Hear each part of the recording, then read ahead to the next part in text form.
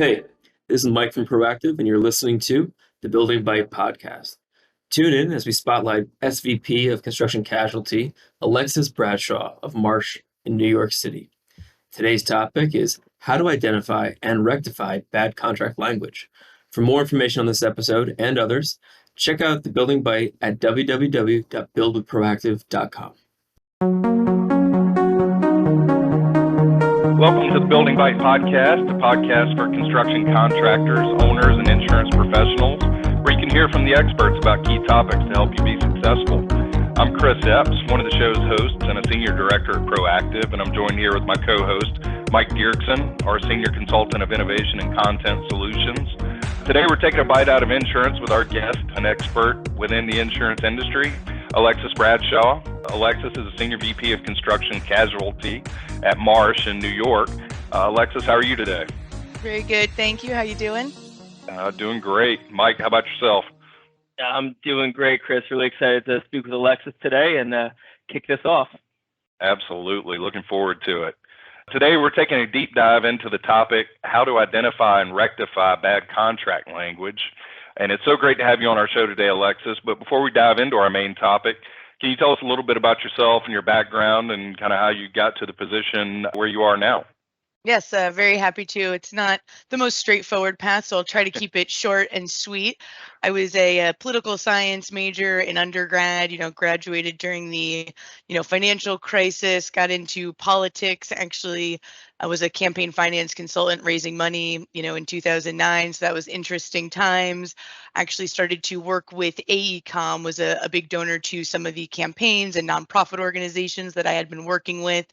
So I believe it was 2010, I went over to AECOM, specifically working on P3 projects, writing legislation, helping, design, build P3 procurements, getting those going in the various states.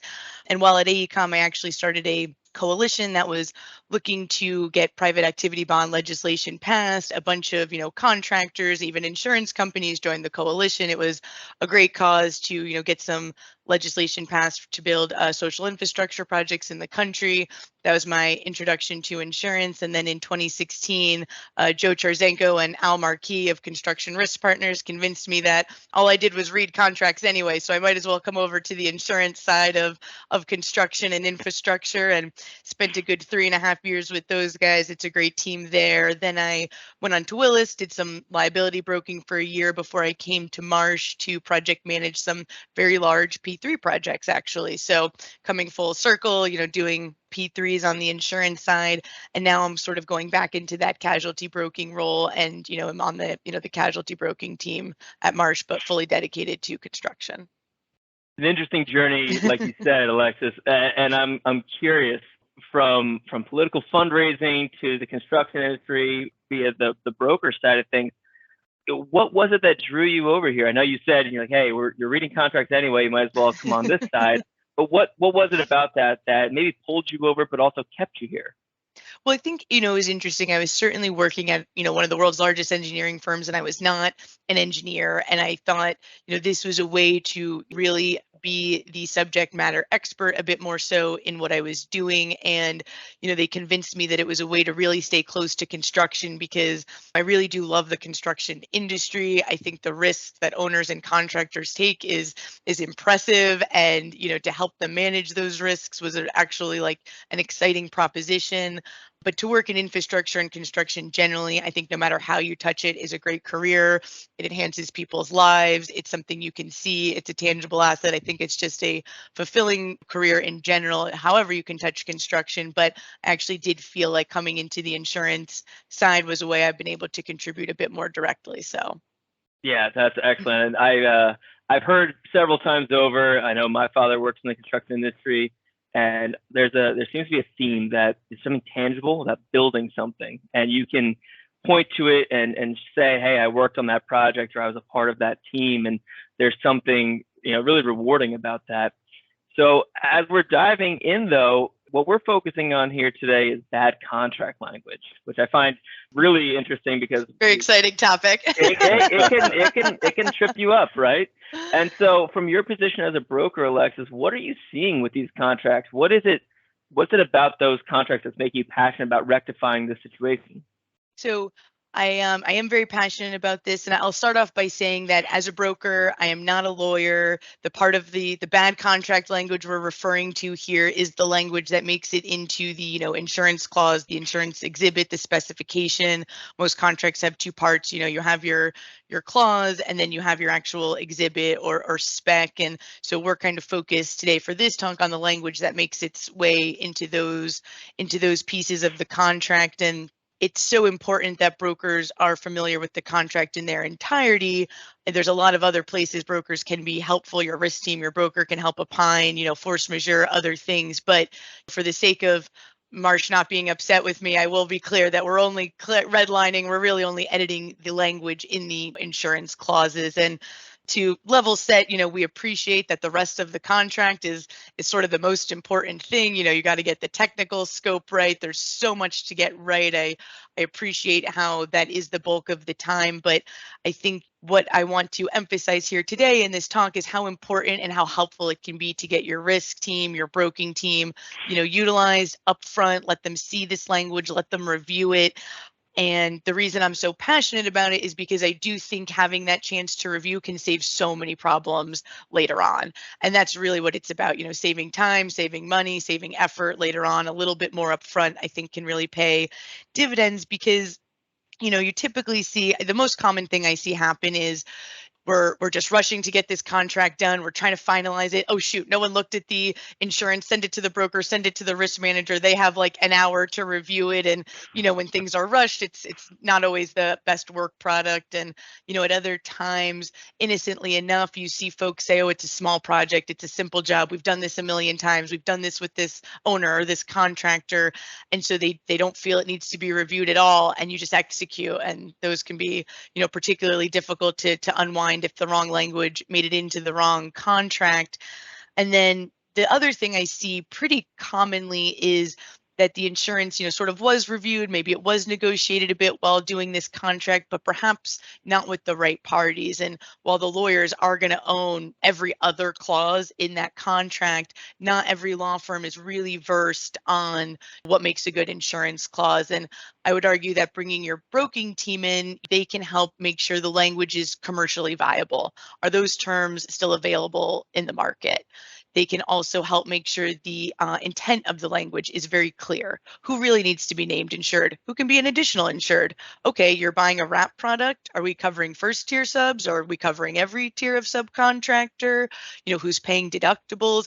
These things carry prices with them. And so getting that clear and upfront has real cost implications. And, you don't want to just assume the owner meant one thing and assume the contractor's bringing another. And then you come to the project and find you have some sort of disconnect. And the last thing I would say is when you get your broker, your risk team involved earlier, they can also make sure that, especially if this is something that's being competitively bid, that the language is flexible enough that you're not overly prescribing a deductible level or a certain way that a person or certain company may buy insurance that may preclude other bidding teams.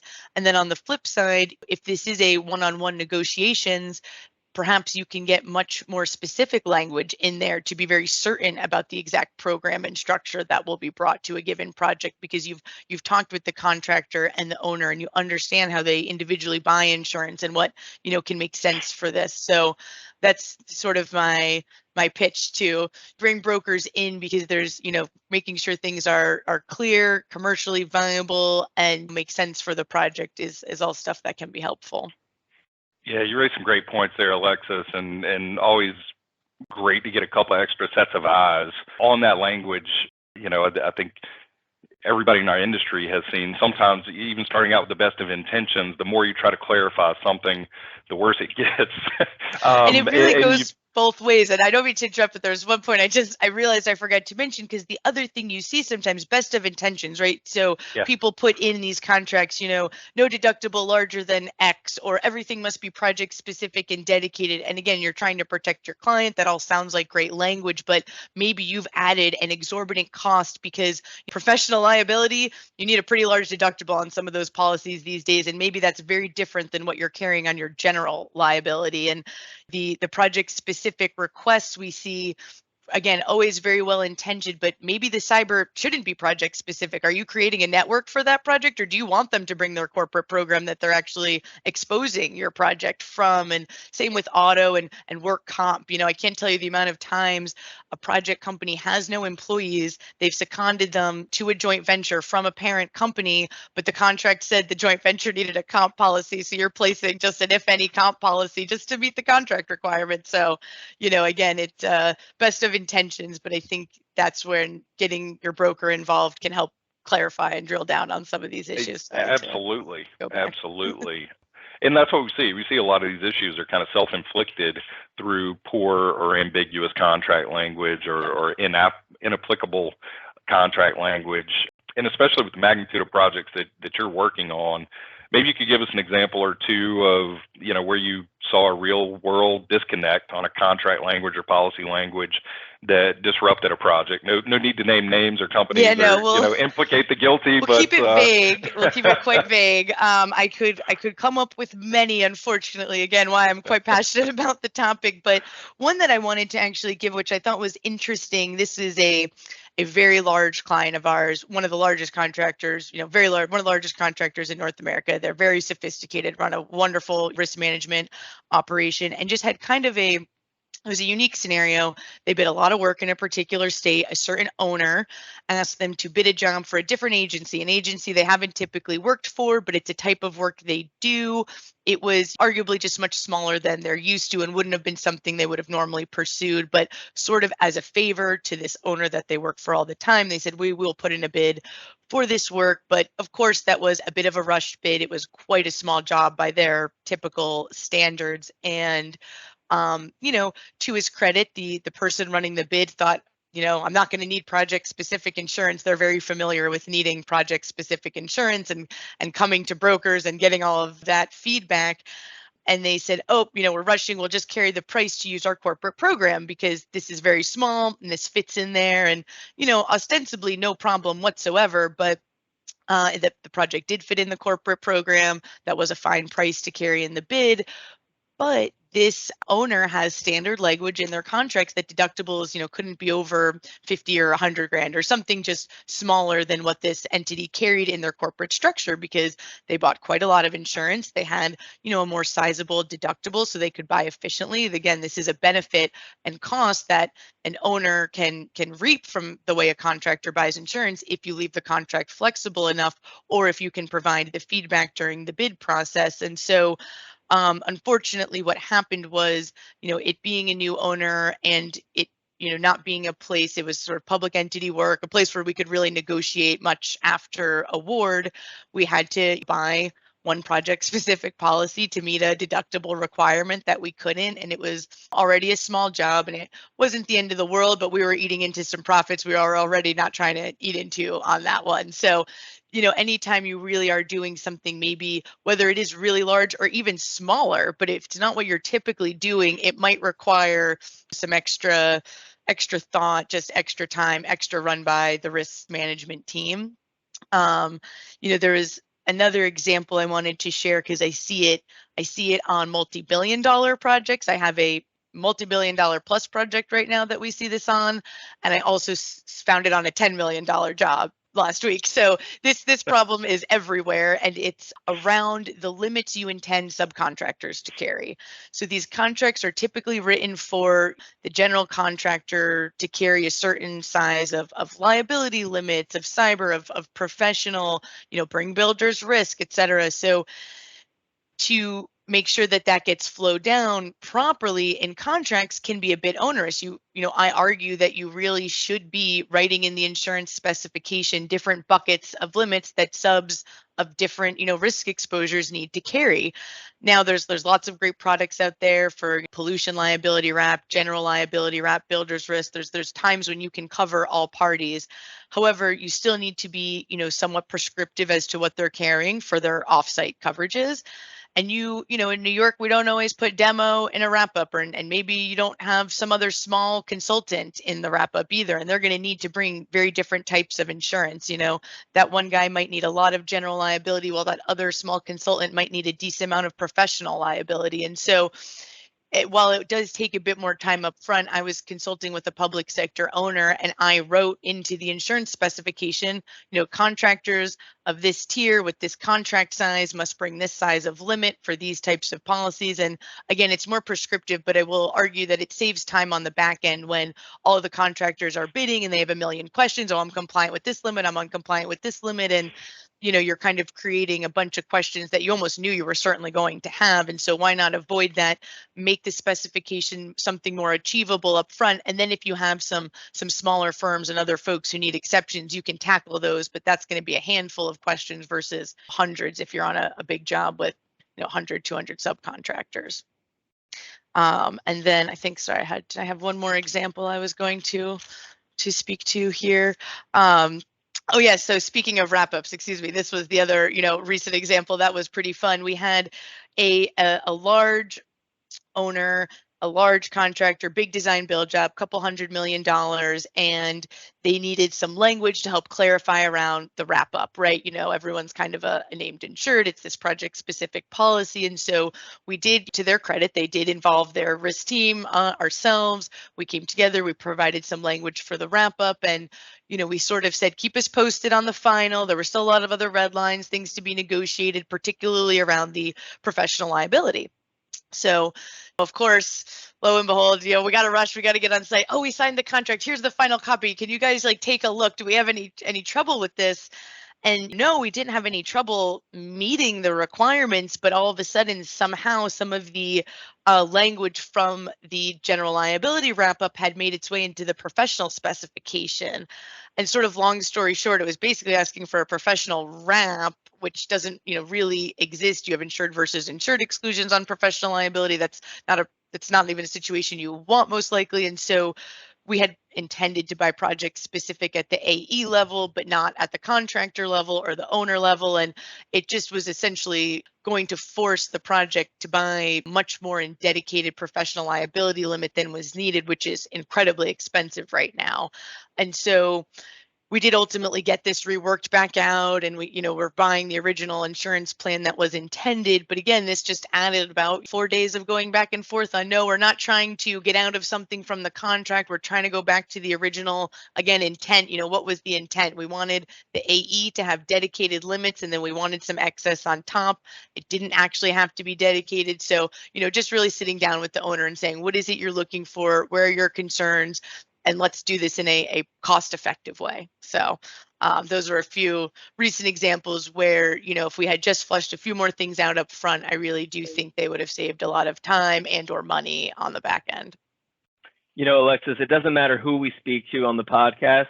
One through line is communication, right? Communication Yes. is key. And it kind of reminds me when I was learning how to build things with my dad, and just the old adage of measure twice and cut once, right? Yes. And really taking that time on the front end to really make sure you have everything you need to make sure that you're lined up correctly allows you to cut once instead of, like you're saying, 4 days of back and forth. And no, we're not trying to get out of something. We're trying to make sure that we're complying, and there's just the miscommunication. And everyone has to re-jog their memory, because you were talking about it a few weeks ago, and everyone was aware of the issue, but then everyone moved on to the next one. And, to everyone's credit, no one else besides me and the one risk manager want to talk about professional liability, right? So everyone's moved on, and now we have to bring that back. So, not until there's an issue and all of a sudden there's a big number on the bottom line. You're going, wow, where did this come from? Did we talk about this? And so communication throughout. So then flipping this a little bit, Alexis, where's the situation where early conversation and intervention, so to speak, of just added exposure to the conversation, where did that help, right? Where was the case where you were able to come in early and really make a difference that way? I had a very recent example that excites me a tremendous amount. It's a very large owner developer we have in North America who, I would say builds some very large projects, not constantly, but pretty regularly. They were contracting with a general contractor that they've worked with, quite frequently, a very large general contractor who's typically managed large ground up builds for them. And it's funny, I'm not sure if they got us involved I'm not sure if they would have gotten us involved as early if this didn't happen, but what happened was they sent the contract out to the general contractor, and the insurance, along with other exhibits, was just completely redlined. Like the insurance exhibit was just red almost, and so the risk manager's like, oh, I haven't even had a chance to take a look through, but I wanted to get this to you right away. Like we just didn't expect so many red lines to be coming back. We're kind of nervous that we're going to have a lot to work through with them on this.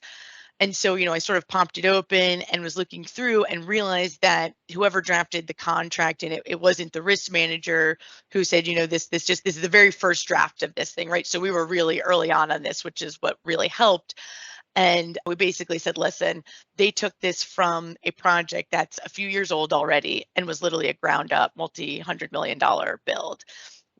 We have a $50 million interior fit out that we're doing with them right now that is sort of a continuation from something else. That this is just, we don't need all the project specific insurance. We don't need to be that prescriptive around deductibles. We do need to make some allocations for subcontractors not carrying the same limits. So all of those items, the auto doesn't need to be project specific. We don't want them to charge us for project specific auto on something like that. So being able to see that, and I sent everyone a note and I said, this is really not a problem. I said, why don't we all just get on a call quickly and make sure that I'm not missing something, no one's missing something. And, we had the owner, the contractor, both risk managers, both insurance brokers, and the lawyers all on the call. It was probably 30, 40 minutes. And we said, listen, I said on behalf of the owner, we kind of apologize. We didn't mean for it to be this prescriptive from you. We understand we're building something much differently here. Please just work with us in terms of this. Of course, there were a few things their corporate program maybe didn't provide that we had to be sure we were getting coverage for. So still had some items to work out, but it sort of took insurance like off the issue, after almost the first round of contract negotiation, and they were pretty grateful and said, oh, we're so glad that that's done with, and we feel very clear on at least that cost right now. So it just seemed like at least something that was able to help take something off everyone else's to-do list pretty early on. And again, all getting on the phone and just talking about intent made it a pretty easy process, actually. Great points, Alexis, because those issues don't exist in a vacuum. They touch a lot of parties and can do so very quickly, especially when you're talking about insurance coverage and the downstream impacts that immediately materialize as soon as you do have an insured that needs to tender a claim. Yeah. So maybe shifting gears a little bit, you could kind of walk us through, what you see the long-term impacts of those issues being downstream. So the longer term, I do see the longer term impacts and the downstream issues only sort of continuing to be more severe. And I say that because projects only seem to be getting more complicated and larger. I mean, the mega projects feel sort of here to stay and like new normal in terms of just a lot of the size that we see on things. And so the size of these packages, the size of things that are getting pushed down are continually more complex, and the contract and, the risk sharing mechanisms that go along with them are also continually more complex. And so it's going to be even more important to understand how those downstream parties buy insurance. What are they able to bring you? What is the most cost-effective way to get everything insured? And I think between what's going on, whether it be property or liability in the legal environment and in the actual environment, both in the United States, I think are creating issues in both of those spaces, not to mention just typical cyclical market problems. So in the future, I see the need to be flexible and creative with buying insurance as, sort of as important as ever. A lot of people at Marsh won't like me to say this, but there's probably a reality to the fact that some things are just going to be better handled via a contingency bucket than insurance at times in certain markets for certain risks, because, maybe we really are looking at a ridiculous cost to insure this and we need to manage it and fund for it elsewhere. So I just think that really having a real conversation instead of like throw some insurance at it, there must be insurance out there. It's not a total commodity. You can't just just buy it. We kind of like to joke in insurance. I feel like that like insurance is available for anything if you can pay it, but that's almost not even true these days. Like some of these guys may not be able to get cyber. The applications you're filling out to get cyber coverage these days are onerous to say the least. And so I think to understand that there's a lot of push, especially with the infrastructure bill, for minority women business enterprise firms, get them engaged, have them represented. Well, we need to be thinking about them in insurance clauses as well then. So I really do think the complexity of the projects, the difficulty of the markets just means we have to be more creative and flexible with how we're allowing insurance and risks to just be insured. So is there an easy fix from the insured perspective? Is there a way they can better prepare throughout their bid process and as they approach a project to align their internal goals perhaps with that of project owners and even insurers in terms of coverage?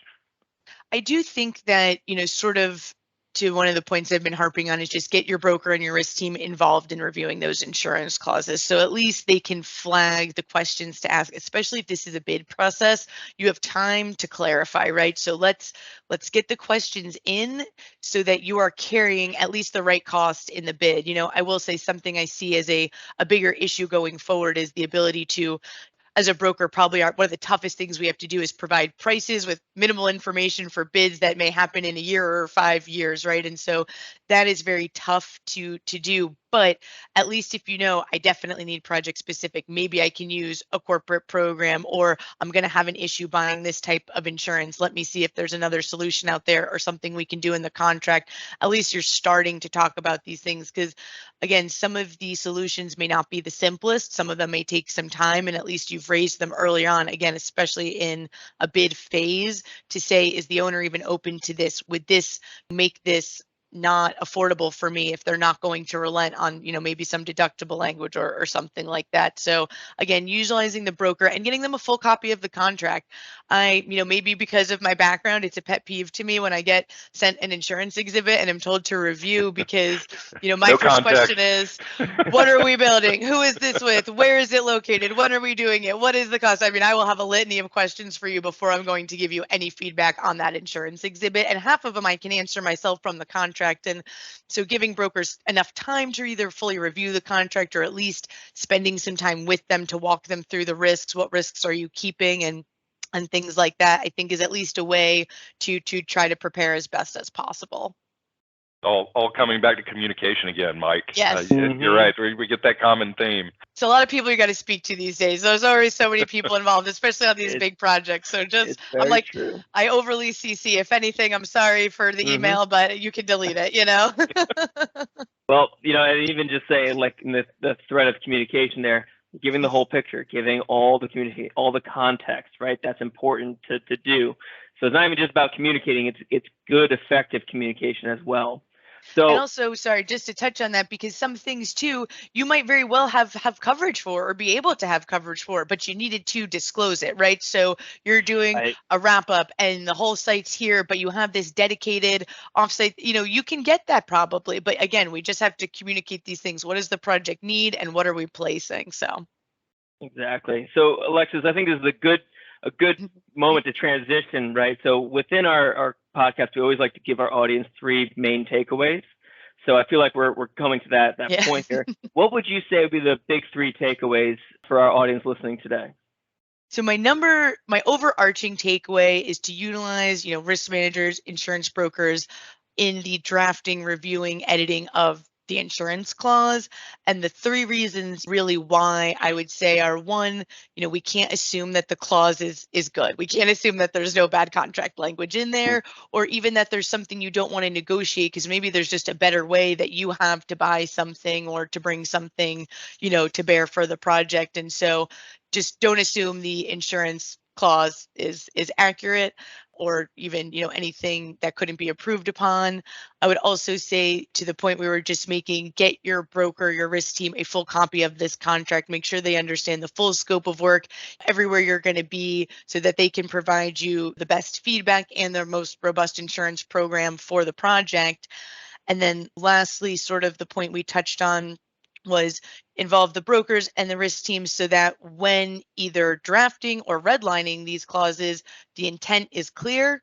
Everyone knows who is paying what deductible. I can't tell you how many times on very large projects, are we sharing the builder's risk deductible, or are we sharing in the wrap-up deductible? I mean, these don't have right or wrong answers necessarily. There's a right answer for the right project and the right clients and things like that. So again, just making sure folks that can ask these questions of the language are having time to review it. The intent is clear, and not overly prescriptive if this is something that you're competitively bidding and need to leave some room. And I would even say that you could easily say we'd want deductibles and limits at a certain level, subject to approval and discussion from so-and-so, whoever's letting the contract, just in case you need, I'm not comfortable, I want them to try to get here, but we'll put a little bit of a language out to say, okay, if you don't have that, what's the reason? Maybe you have a really good reason and it makes some sense for the project why you can't bring a certain limit or a certain cover.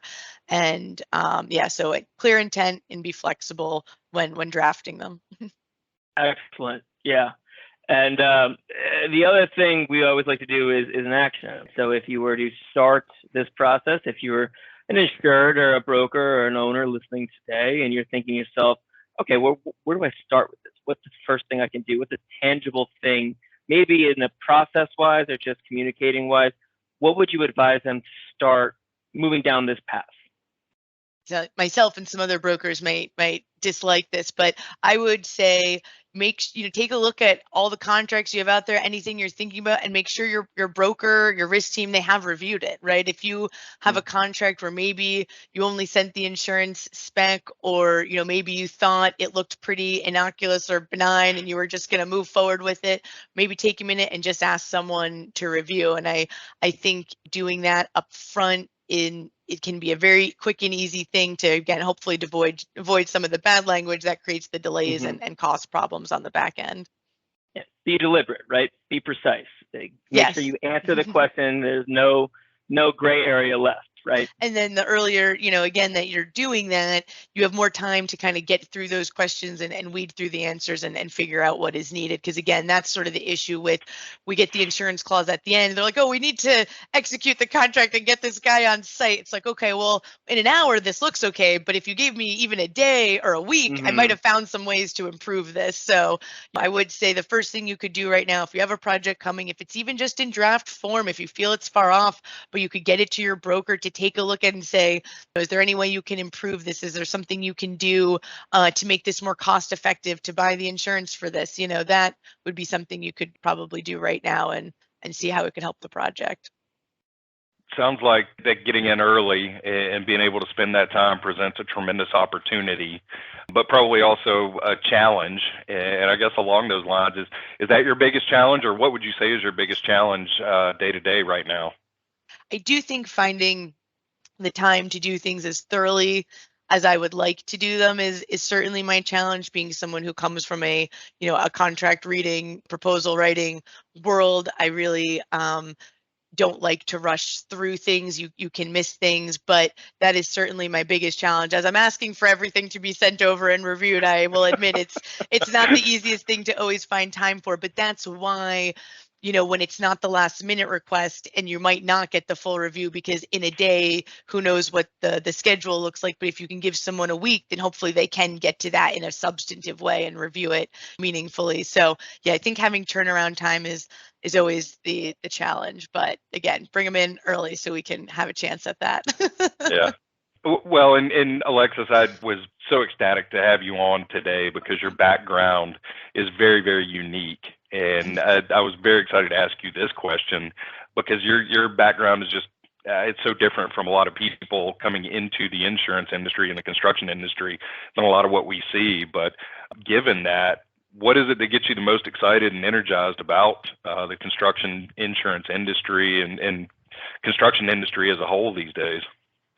I mean, I will say I'm pretty energized about construction generally. I feel lucky that it excites me. I have to stop by construction sites no matter what to take a look, and I'm in New York City, so that's usually pretty readily available. Can take me a while to get somewhere at times, but I think that we've really knocked the construction industry for probably the entire time I've been in it for not embracing technology. And I will say the last even like 2 or 3 years, I do feel like you are just seeing it in a much more meaningful way, the interest and the focus. And I do think that that's an exciting thing to see. One, from an insurance perspective, particularly from a liability perspective, I'm quite excited to improve safety on projects. I think that's just obviously an incredibly positive thing to see. And then even from property, seeing what some of these sensors and monitors are doing also for safety of occupants as well is just phenomenal, and really encouraging to see the industry just continue to innovate and utilize. And then seeing a lot of Marsh's clients themselves either inventing or implementing these technologies that are really helping to tackle climate change is very exciting. Carbon capture is being talked about a lot. There's lots of promotion to use greener materials. I saw something in The Economist the other week about graphene being put into concrete to, reduce the total CO2 output. So I think these things are really exciting. I think my hope is that the insurance market and the carriers will come to partner with construction industry and really help encourage them to utilize these tools. I think you're starting to see some inklings of that, and I'm really excited to see where that goes. Yeah, it's interesting you bring that up, because that seems to be what's supporting. You talked about mega projects, but the technology is what's kind of gotten us there. Yes. You're right. We've embraced that heavily over the last 5 to 10 years, and it's been a pivot for our industry that's really allowed us to design, manage, and insure mega projects and be able to coordinate them all, with less and less human resources, it seems. So and there's an interesting. It's just a quick example. There was a huge project in New York that a few years ago sort of eschewed a certain technology, had huge building facade issues, came to later embrace that technology, and it just saw I don't think they'll ever build without it again, right? So I think you're seeing some examples like that happen, and that's really kind of changing how some guys do business. And it'll be exciting to see how it continues to sort of take hold. Smirking over here because as a fellow resident of New York as well, Alexis, it's always fun to look at construction projects as long as they're not next to the building you live in, and then they start very early. I can confirm these guys don't miss a day. They are starting. My walls are shaking. 7 a.m. on the dot. A last quick question for you. Who were some mentors that you had in this industry? Like we talked about at length here, you've had a unique path, and really you've kind of grown into this subject matter expert. Is there someone in particular that acted as a mentor that really helped grow you to the position you're in today?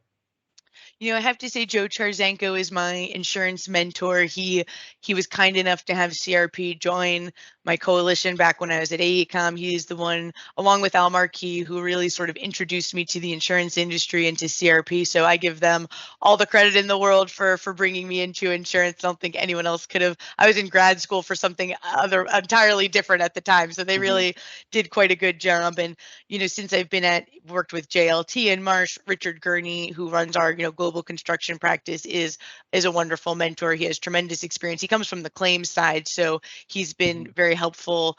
And, I have to say that, Cormac O'Connor and Don Hostetler are sort of my new, casualty mentors in my newer role here. And I ask a ton of questions and they answer them all. So I'm very grateful for that. Could never have enough mentors, right? Yeah. It's always good. Just for one, I gave you 4 or 5, but there you go. But you know what? That's perfect. I'm sure they're going to love hearing about this. We'll have to send the podcast to all of them, let them know. There you go. So, Alexis, as we wrap this up, this is the Building Bite. That's BIM Insurance Technology with the experts. You are our expert. One question we like to ask everyone is, what are you taking the bite out of today? I mean, New York, is it the bagel? Is it the pizza? What do you got for us? So I was going to say, I took enough bites out of pizza over this 3-day weekend that we had. So my bites today will be salad. They need to be. I have a wedding on Friday, but yes, we actually had some great pizza yesterday. So we'll leave it with that. But yeah, there's nothing I won't eat in this city. So there you go. Alexis, thanks for chatting with us again today. If listeners want to hook up with you after the podcast, where can they find you and reach out?